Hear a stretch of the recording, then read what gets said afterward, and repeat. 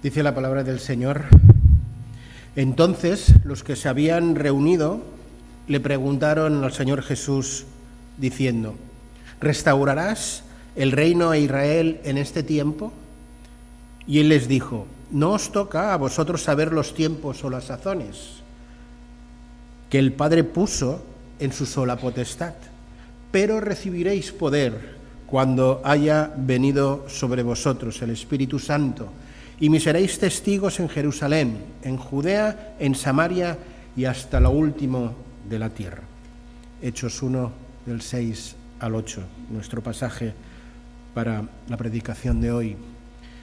La identidad determina la misión. Hay un detalle muy decisivo en este texto que hemos leído. Jesús no dice, dad testimonio, sino que dice, me seréis testigos. El lenguaje, como veis, es profundamente identitario. Antes de pedirnos el Señor Jesús que llevemos a cabo una actividad, la de dar testimonio, hasta lo último de la tierra, como nos va a decir, describe quiénes somos los discípulos en Cristo y nos define como testigos de Jesucristo. En el contexto de nuestro pasaje vemos que los discípulos de Jesús estaban más preocupados por la restauración del reino, versículo 6, que por el hecho de llevar a cabo la gran comisión que el Señor les había entregado. Quieren saber el cuándo del reino, pero Jesús no satisface su curiosidad, satisface su necesidad. Jesús les responde hablándoles de quiénes son y cómo deben de vivir. No corrige simplemente su cronología, cuándo vendrá el reino, sino que lo que hace es definir su identidad. Pero recibiréis poder cuando haya venido sobre vosotros el Espíritu Santo y me seréis testigos.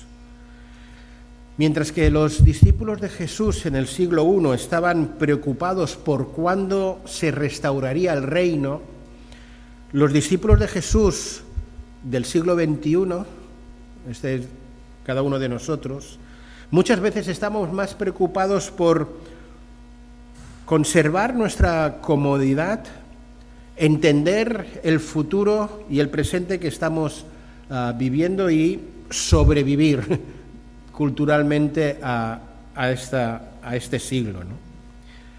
La pregunta no es si entendemos los tiempos en los que nos ha tocado vivir. La pregunta es si estamos viviendo como testigos de Jesús en los tiempos que nos ha tocado vivir. La preocupación de los primeros discípulos tenía un fuerte componente nacional, político y también visible.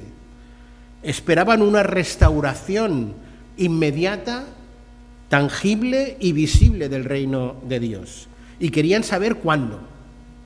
Cuándo Cristo establecería el reino, pues de esa manera definitiva y visible, ¿no? Pero Jesús no alimenta su obsesión por los tiempos, sino que lo que hace es redirigir su mirada hacia la misión. No les entrega un calendario, no les da fechas, no satisface su curiosidad, satisface su necesidad. Y ahí aparece una, creo, potente aplicación para cada uno de nosotros, los discípulos del siglo XXI. Y es preguntarnos, ¿qué nos preocupa a nosotros, los discípulos del siglo XXI? ¿Los tiempos o la misión de Dios? Quizá hoy no son muchos los creyentes que están preocupados o se preguntan ¿cuándo restaurarás el reino de Israel? Quizá esa no es la gran pregunta ahora. Pero seguimos teniendo nuestras propias preguntas y versiones modernas a esta pregunta del siglo I.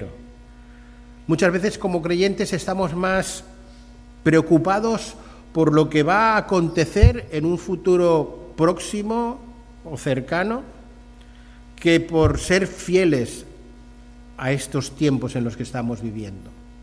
Muchos creyentes viven obsesionados con el cuándo y cómo va a acabar este mundo, hacia dónde va la sociedad, si vienen tiempos mejores o vienen tiempos peores. Y mirad, todas estas preocupaciones e inquietudes no son necesariamente malas en sí mismas, pero pueden convertirse en una distracción espiritual. Porque es posible interesarse mucho por los acontecimientos políticos nacionales proféticos que están ocurriendo y poco por el testimonio cotidiano. Jesús les dice a sus discípulos: mirad, no os corresponde a vosotros controlar los tiempos, os corresponde ser mis testigos. Y esto sigue siendo verdad hoy. Los discípulos querían información y Jesús lo que quería era transformar. Y eso también es lo que ocurre hoy. Muchas veces queremos entenderlo todo, tenerlo resuelto nuestras incertidumbres, obtener explicaciones completas de qué es lo que va a ocurrir. Pero Jesús, en este texto, redirige nuestra atención a algo más importante y nos hace una pregunta, creo, a todos nosotros. ¿Estáis viviendo como mis testigos? ¿Estáis dependiendo del poder del Espíritu Santo en vuestras vidas? ¿Estáis dando testimonio de mí? Yo creo que son esas las preguntas que Jesús nos lanza a partir de este texto. Mirad, el problema principal de la Iglesia nunca ha sido la falta de información. Tenemos toda la información que Dios cree que necesitamos. Dios ha revelado en su palabra toda la información que necesitamos para llevar a cabo su misión y sus propósitos. El problema suele estar en la falta de nuestra dependencia, en nuestra falta de valentía y a veces en nuestra falta de ser fieles al llamado. Jesús, con sus palabras, no está respondiendo de forma dura a sus discípulos. Lo que les está es redirigiendo. Él toma sus expectativas acerca del reino que están equivocadas y las enfoca a algo mucho mayor que eso. Recibiréis poder. Y cuando recibáis poder, seréis mis testigos. La Iglesia del siglo XXI necesita volver a reconsiderar la verdad que encierra Hechos 1:8. Porque la verdad es que es muy posible hablar mucho del reino, discutir mucho sobre el futuro, analizar mucho la cultura que estamos viviendo, debatir sobre cuestiones de nuestra sociedad y al mismo tiempo olvidar lo que es nuestra identidad básica, la de ser testigos del Cristo resucitado. Hemos sido llamados a testificar. Hemos sido llamados a principalmente no tener control de este mundo. Nosotros no somos nadie, no podemos saber ni los tiempos ni las sazones. Lo que hemos sido es llamados a ser llenos del Espíritu Santo con un propósito. Y el propósito es anunciar las virtudes de aquel que nos llamó de las tinieblas a su luz admirable. Mirad, a la luz del pasaje de Hechos 1:8, vamos a ver que nuestra identidad nace precisamente del Cristo resucitado, depende del Espíritu Santo y nos muestra que tiene un alcance mundial.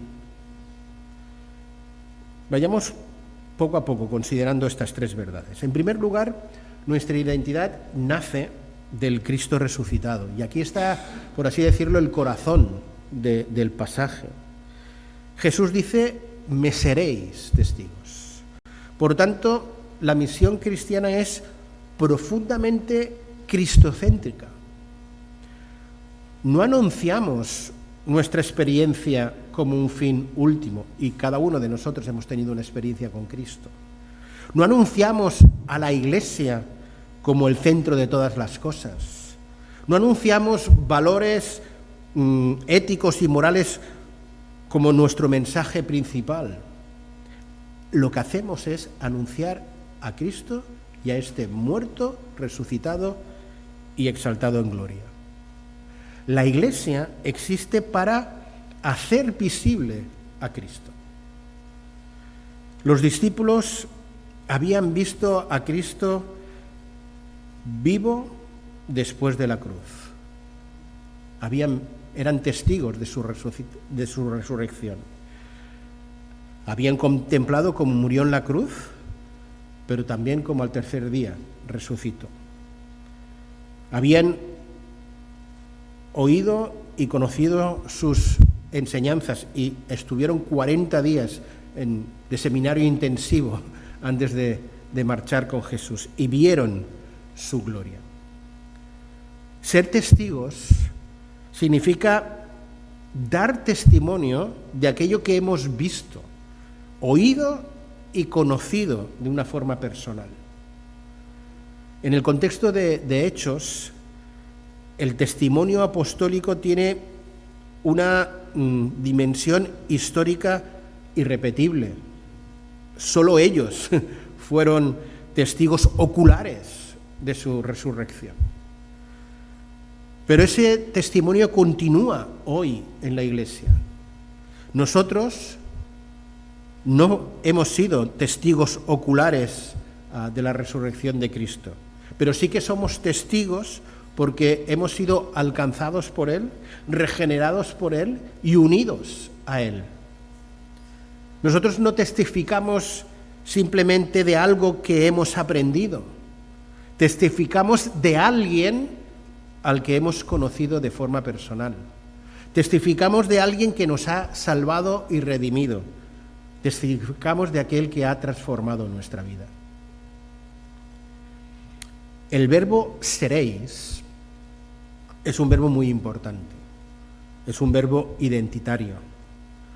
No se trata tanto de algo que hago ocasionalmente, sino se trata de ser algo de forma permanente.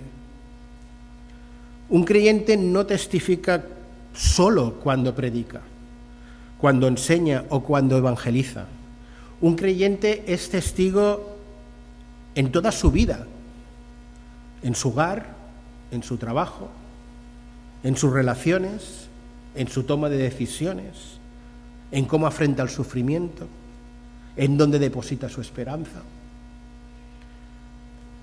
La Iglesia no está en modo misión. Por ejemplo, ahora nosotros, como estamos en la FIRA, estamos en modo misión. No, la Iglesia no está en modo misión en ciertos momentos puntuales. La Iglesia está en misión a tiempo completo. La Iglesia es testigo de Jesucristo a tiempo completo. Si el verbo seréis es importante, la expresión testigo es donde recae toda la fuerza del texto. La palabra griega para testigo es mártir. En el uso normal y cotidiano del mundo griego en aquel momento, un mártir era alguien que daba testimonio de aquello que había visto, oído y conocido personalmente. Era testigo porque podía afirmar una verdad o un hecho porque lo había visto, lo había vivido. Por eso era mártir, testigo.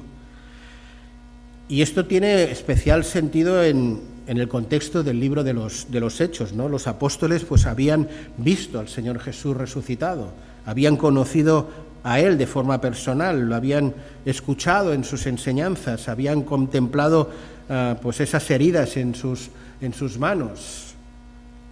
Ellos podían dar testimonio de que ese Jesús había resucitado, que había vencido al poder de la muerte.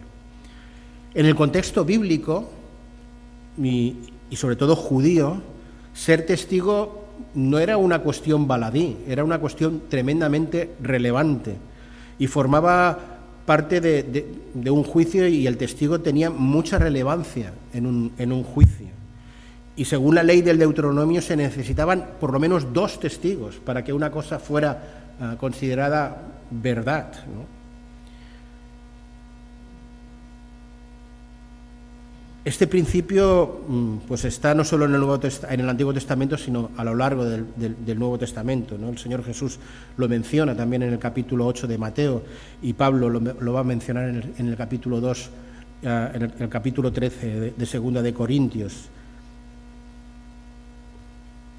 Los discípulos no salen cada uno por su cuenta a ser portadores de una experiencia subjetiva, sino que ellos son testigos de una verdad objetiva. Y tú y yo, cuando damos testimonio de Cristo, lo damos de una manera objetiva cuando es coherente con nuestra vida.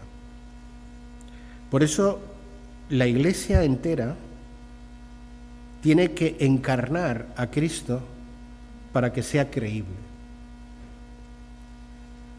Cuando el mundo es capaz de ver en la Iglesia una comunidad reconciliada, una comunidad generosa, humilde, empática con el mundo, con las situaciones del mundo, santa, centrada en los valores éticos y morales, ese mundo acaba viendo y haciendo visible que la verdad predicada y encarnada por Jesús es cierta. Una iglesia que se divide, una iglesia que no manifiesta su amor, que no está unida, debilita el testimonio. Una iglesia superficial confunde el mensaje del Evangelio. Pero en una iglesia donde se respira, se nota el amor, donde hay unidad, donde hay perdón, donde hay restauración, es una evidencia visible de que Cristo verdaderamente es real y está vivo. El testigo, el mártir, no solo afirma que algo es cierto, sino que el testigo se compromete personalmente con aquello que está afirmando que es verdad. No dice, esto simplemente ocurrió, sino en cierto sentido dice, yo estoy aquí para sostener públicamente que esto es cierto. Y eso afecta profundamente a lo que estamos considerando nuestra identidad. No somos comentaristas del Evangelio. Tampoco somos observadores externos del Evangelio. Somos y debemos ser personas cuya vida, de forma personal y también comunitaria, han sido transformadas por Dios, y eso es evidente y público a los ojos de la gente que nos observa. Dios ha querido que el mundo vea a través de la Iglesia, y la Iglesia somos cada uno de nosotros, una confirmación visible de que Él es real y de que Él está vivo. Es por ello que la palabra testigo muy pronto adquirió un matiz aún más profundo. En el transcurso del siglo I, la palabra mártir comenzó a asociarse no solo a aquel que daba testimonio verbal de un hecho, sino aquel que permanecía fiel a ese testimonio incluso cuando confesar que Jesús era real implicaba sufrimiento, rechazo, incluso la propia muerte. De ahí que de la palabra testigo, mártir, venga nuestra palabra martirio. No porque originalmente significara alguien que muere, sino porque los primeros cristianos entendieron que un verdadero testigo era alguien cuya fidelidad a Cristo valía mucho más que su propia seguridad personal. Y eso tiene enormes consecuencias en nuestra identidad cristiana. Ser testigo de Cristo no consiste simplemente en hablar de Él cuando es cómodo o es fácil. Ser testigo de Cristo implica hablar de Él cuando las circunstancias se vuelven complicadas y adversas. En el siglo I esto tuvo, como sabéis, un costo muy visible. Muchos creyentes fueron marginados socialmente, muchos perdieron sus bienes, fueron expulsados, fueron encarcelados, fueron perseguidos y muchos, literalmente, perdieron su vida. Su testimonio no consistía simplemente en lo que decían, sino en que estaban dispuestos a pagar el precio que fuera necesario por no negar al Señor Jesús. Y aunque ahora en muchos lugares del siglo XXI estemos en un contexto muy diferente al del siglo I, el principio sigue siendo el mismo. Hoy también ser testigo, esto es ser mártir, implica un costo. Quizá no siempre va a implicar perder la vida. Hay lugares en este mundo, en este momento, que confesarse creyente implica perder la vida. Pero sí que puede implicar pérdida de prestigio, cierta incomprensión, rechazo social, cierto aislamiento, mucha presión en nuestro ambiente, incluso en nuestro trabajo, que nos marginen profesionalmente. Hoy el creyente muchas veces se ve presionado a silenciar su convicción, su identidad, se ve presionado a privatizar su fe, se ve presionado a adaptar el Evangelio a la sensibilidad del mundo dominante. Y la palabra de Dios nos hace ver que nuestra identidad no se mide por cuán fácil nos resulta hablar de Cristo cuando no hay oposición. Nuestra identidad se pone de manifiesto especialmente cuando permanecer fieles a Cristo tiene un precio. Un testigo verdadero no es solamente aquel que, como yo ahora, habla del Señor en un púlpito, sino aquel que honra a Cristo en el lugar de trabajo, allí donde se encuentra, quien no negocia con la verdad de la Biblia para ser aceptado y no tener problemas en el medio en el que se encuentra.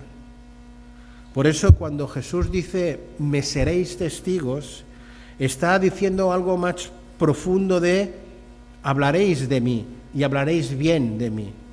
Está diciendo, seréis personas cuya vida entera tiene que dar evidencia de que yo soy real y de que yo estoy en vosotros. El testimonio cristiano no es simplemente una comunicación de verdades, es una identificación total con Cristo. No solo es proclamación, que lo es, sino es una fidelidad constante y perseverante. No solo son palabras, es una vida que pertenece y permanece en Cristo Jesús. En una sociedad como la nuestra, cambiante, muchas veces, o siempre ahora, la sociedad es totalmente indiferente al Evangelio. Y la Iglesia necesita recuperar su conciencia de que hemos sido llamados a ser visibles. Y la visibilidad se hace patente cuando somos fieles al mensaje de Cristo. Cuando la Iglesia vive así, el mundo no solo oye su mensaje, sino que corrobora que ese mensaje es auténtico y que es cierto. Por eso me lleva esta verdad a la segunda verdad que emana del texto. Dice, nuestra identidad depende del Espíritu Santo, pero recibiréis poder. Este pero del Señor Jesús corrige la dirección de la conversación que estaban teniendo sus discípulos acerca del reino. Los discípulos estaban interesados por el calendario del reino y Jesús les habla del poder para vivir en ese reino y para llevar a cabo la misión de extender el reino. No les informa y ni les da un calendario, lo que les da es la promesa de la capacitación para poder llevar a cabo la misión en el reino. Y ese poder, como muchos de vosotros sabéis, es dinamis, dinamita en traducción, esa fuerza activa, esa capacidad eficaz, ese poder de acción y de transformación. El poder que da el Espíritu Santo no es un entusiasmo, simplemente un estar eufórico. No, eso no es el poder del Espíritu Santo. Tampoco es una capacidad natural que uno tenga. No es el talento natural organizativo que uno puede tener. Es el poder activo de Dios obrando en una persona en concreto. Los discípulos ya habían recibido enseñanza del Señor Jesús. Los discípulos habían visto milagros. Los discípulos habían recibido la gran comisión. Pero aún con todo tenían que esperar. ¿Esperar a qué? A recibir poder. ¿Por qué? Porque la misión de Cristo no puede llevarse a cabo con nuestros recursos naturales. Sin el Espíritu Santo, nuestra acción simplemente es información, pero no transformación. Hay actividad, pero posiblemente no va a haber fruto. Hay esfuerzo, pero no hay poder espiritual en ese esfuerzo. La Iglesia nace en Pentecostés precisamente porque el Espíritu Santo es derramado en cada uno de los creyentes. Y entonces es cuando el poder transformador de Dios emana. Antes de Pentecostés nos encontramos a los discípulos escondidos en el aposento alto, temerosos, inseguros, y ciertamente más de uno confundido. Después de Pentecostés encontramos hombres y mujeres valientes, perseverantes, centrados en Cristo, dispuestos a dar su vida por Jesús.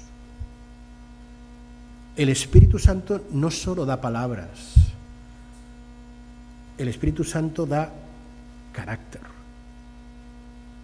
No solo el Espíritu Santo capacita para hablar, nos capacita para permanecer.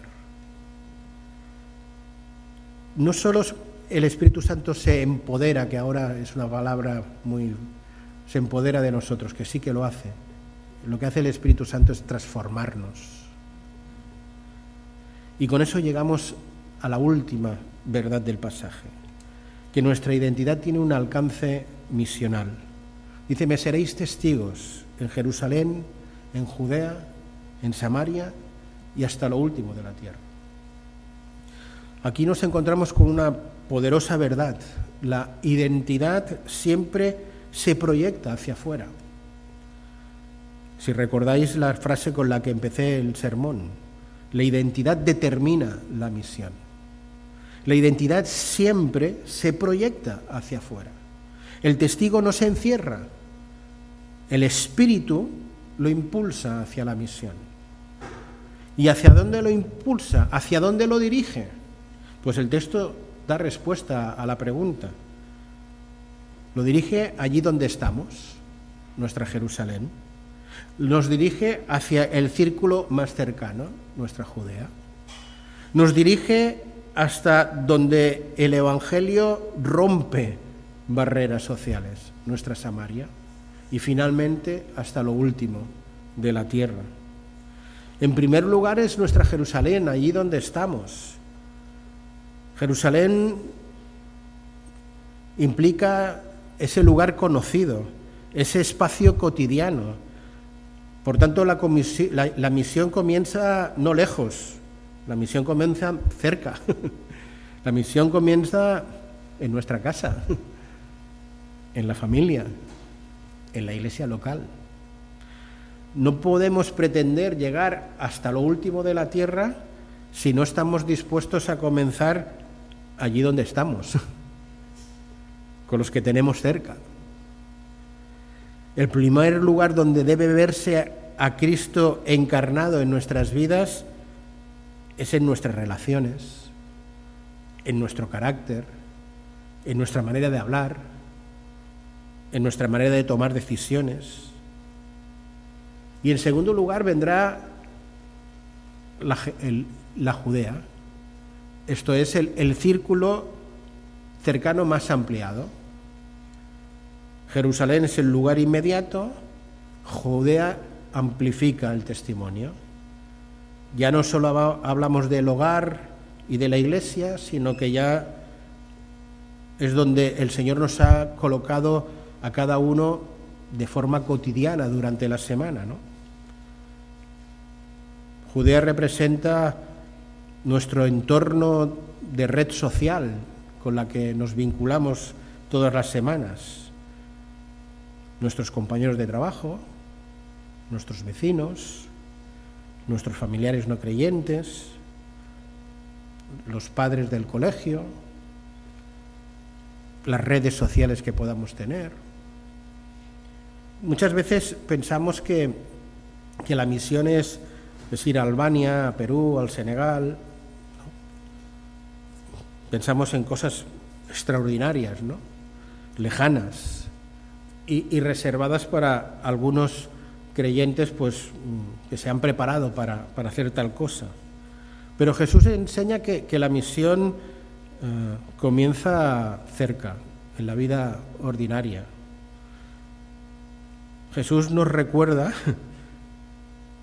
que cada uno de nosotros es un misionero y que su entorno es su campo de misión.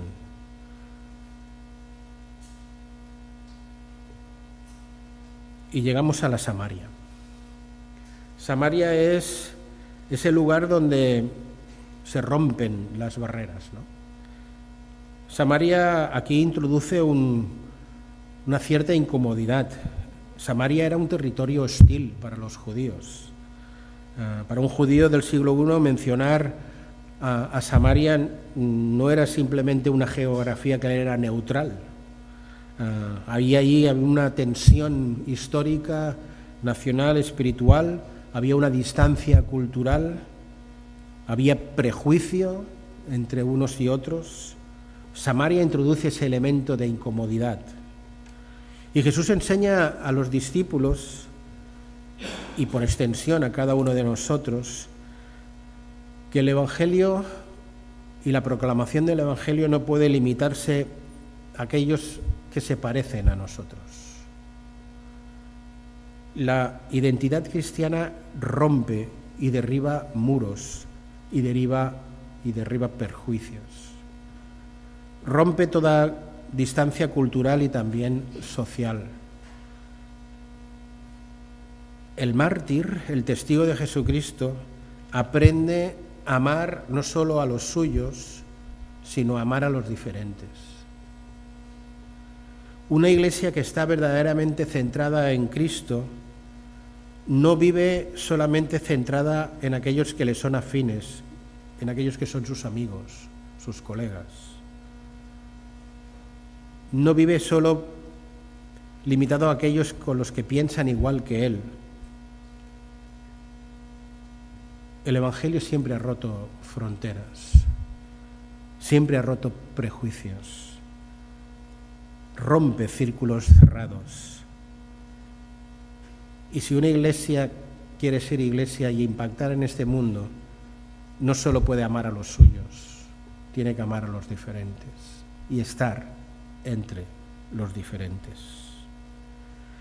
Y finalmente llegar hasta los últimos de la tierra, esa visión global. La misión comienza localmente, pero no termina localmente.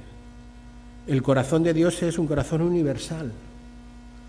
Y esto, pues queridos, conecta con la gran promesa del Antiguo Testamento dada a Abraham. En ti serán benditas todas las familias de la tierra.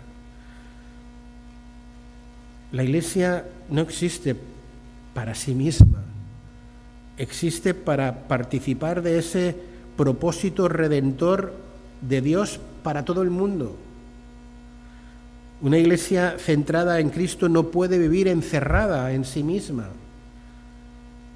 Toda iglesia tiene que tener un corazón local y amar a su localidad, pero tener una visión global de todo el mundo. Todo esto nos lleva a una serie de aplicaciones y con ello quiero cerrar. Como creyentes, tú y yo no somos espectadores, somos testigos. Tú y yo no dependemos de estrategias y la fira o todo lo que tú quieras. Dependemos del poder del Espíritu Santo. Nuestro testimonio tiene que ser visible y tiene que ser audible. Si no hablamos, dice el texto, las piedras hablarán. Pero si hablamos y no vivimos, esas piedras se nos serán echadas a nuestras vidas. Queridos, no solo estamos en misión el fin de semana y el domingo especialmente. El lunes es cuando estamos en misión, en nuestro puesto de trabajo. El lunes y el resto de la semana seguimos siendo misioneros. Vivimos siempre en misión. Allí donde estamos en misión. Y eso tiene que condicionar todo nuestro estilo de vida. Sed santos como yo soy santo, sedlo en toda vuestra manera de vivir. Hechos 1:8 nos recuerda que nuestra identidad nace de ese Cristo resucitado, que depende del Espíritu Santo y que tiene un alcance misional mundial. Somos testigos de Jesucristo no por capacidad propia, no por nuestras fuerzas humanas, no por nuestra habilidad o talentos, sino porque Cristo nos ha dado su Espíritu. Y ese nos capacita para ser mártires, para ser testigos. Ser testigo no es simplemente hablar de Cristo, sino vivir en Cristo y hablar de Él. Por ello, allí donde estemos con quien estemos, en cualquier circunstancia que estemos, seguimos siendo lo que somos, santos y testigos de Jesucristo. Que el Señor pues nos ayude a ser coherentes con nuestra identidad, con aquello que verdaderamente somos en Cristo. Que el Señor bendiga su palabra.